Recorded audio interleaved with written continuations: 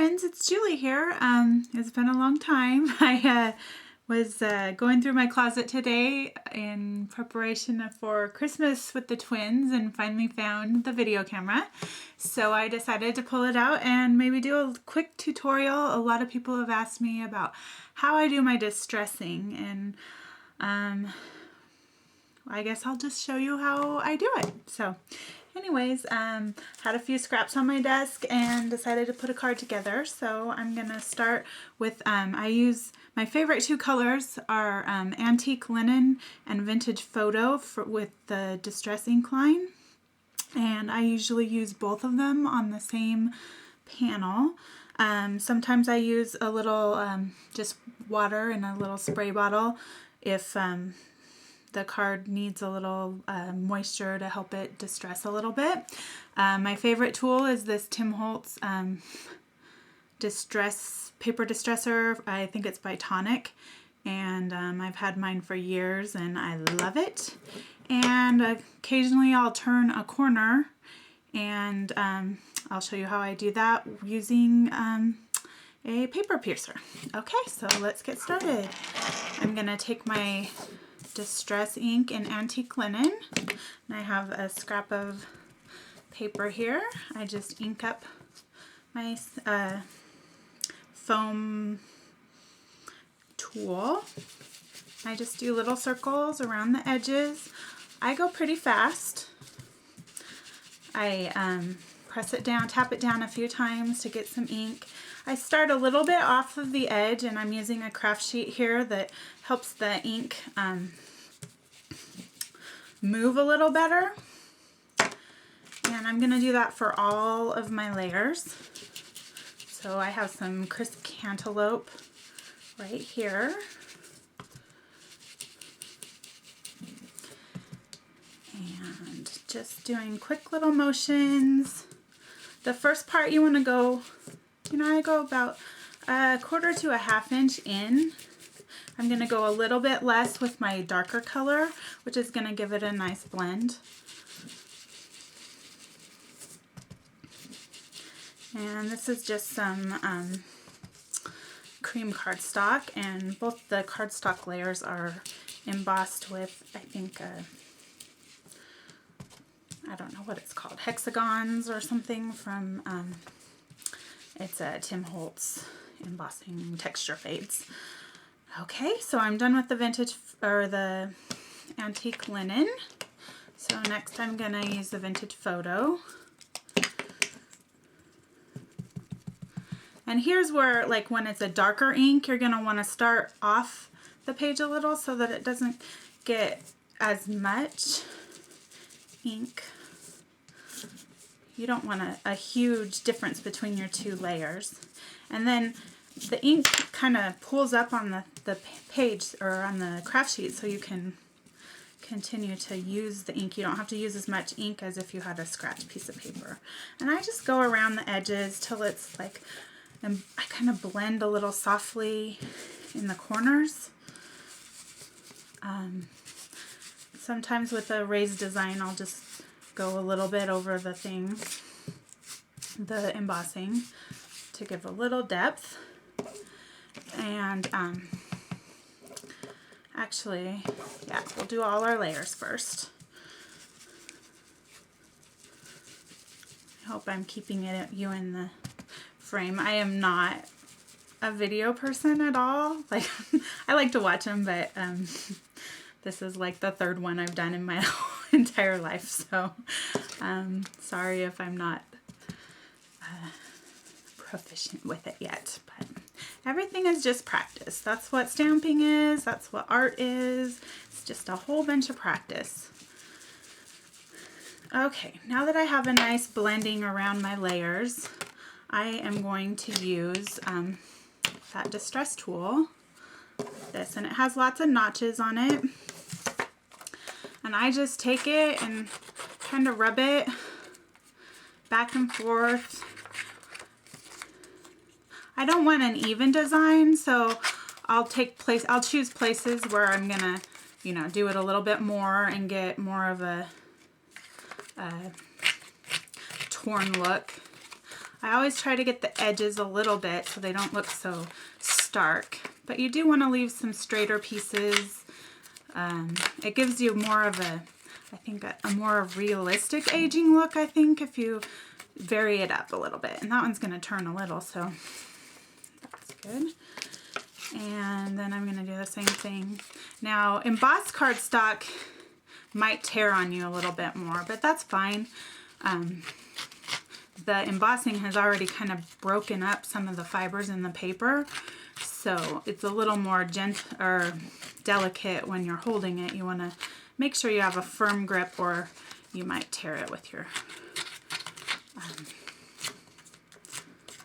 distressor. I just get a nice even look around the edges. Hopefully you can see what I'm doing here. And I normally use the same notch on the thing.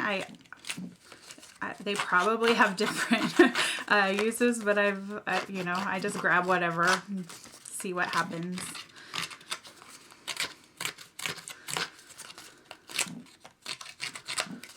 Okay, there's that.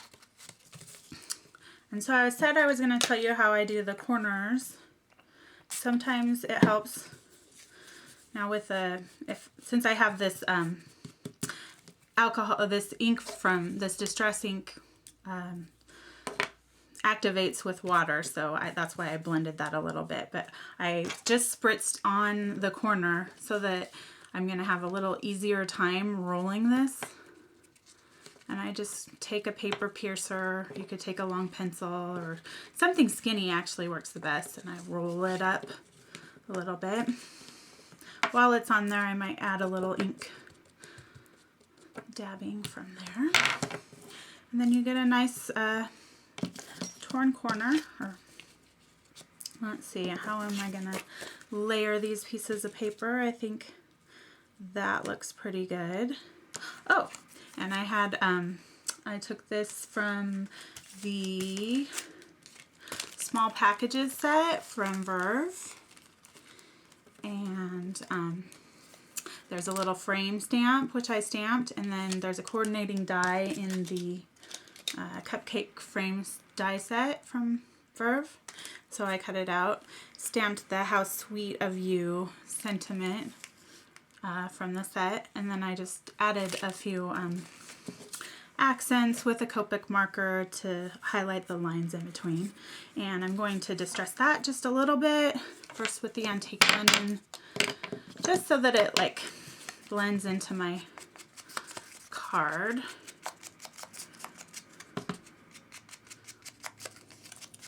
And sometimes I use the craft sheet. If I want more of a pronounced look on the edges, I will hold the piece of cardstock like I am right now, and then I'll just flick on the edges. It gives you a little more control, but it's going to give you like a darker look around the edges. And sometimes I'll do that again after I have distressed, just to give a little more depth to the project. Okay, so that is that. I'm gonna pull out my ATG gun and hope it works. I'm not all that confident in it right now. I keep getting it off the track. And let's see, I'm just gonna layer that down like that, I think. Oh, I wanna make another corner so that these kind of match up. I'm gonna add just a hint of water. I have a smaller mister that is actually a little better for that, but I couldn't find it this morning, so we're going with what we have on hand. And I think I'm gonna put that on some dimension because I just love a little bit of foam tape. This is just in the last couple months I've started having my nails done, and it's the first time in my life, and I can't believe how much harder it is to do some crafting things with nails. They're pretty, but it does definitely take some getting used to. So I'm gonna put that on there. I might add a little bit just to give it a more uniform look, just a few little hints of ruggedness here. And I'm gonna add dimension to that one too, really quick.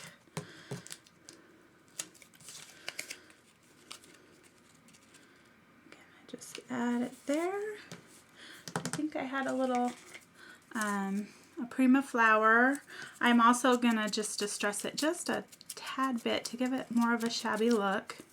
You don't want it starkly out on your page.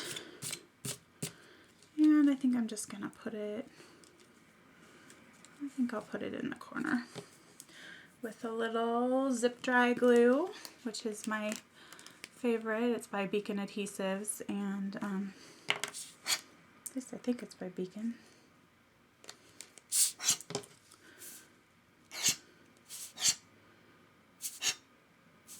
And maybe it's gonna come out. Yep. It dries fast. It's great for paper and adding embellishments. This whole thing is a little, let's see if I can pull it up while it's still dry, because it's a little further down than I wanted it. I don't really plan out my cards. I just kind of go with what works. So I think we need a little bit more dimension right there. And then I will add it to the, whoops, wrong place, right there, so it sticks up a little. Let that dry. It takes a little while for it to dry, but do I have a card base already? I thought I did. Maybe not. I will have to cut one really quick.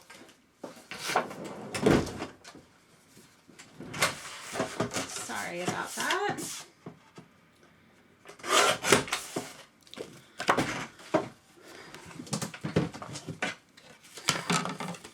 And score it really fast. And I just wanted to show you, once I put it on to the card base, that's when I usually do a little bit more distressing to the card base. I use a heavy, like I think it's 110-pound cardstock. I think it works a little better if you're going to distress your actual card base, and I like the way it stands up. But I just take my distress tool and I try and go in at the same places where I put a little more so that it matches up. And I go around the whole card. I'm definitely going to go in wherever I went in already to add a little notching to it and make it have a cohesive look. And a lot of it is just putting your elbow grease in there. Get it really nice and distressed. And then for the corner, I'm just gonna tear it a little bit right at that edge. And I'm gonna do the same trick and turn it over. I was hoping to not get it wet because this is already starting to get a little bit too wet. Then I'm just gonna go around with whatever's left on my ink tool and distress. I'll distress that back part too and kind of turn it in a little bit so it gives a nice layered look. And there you have it.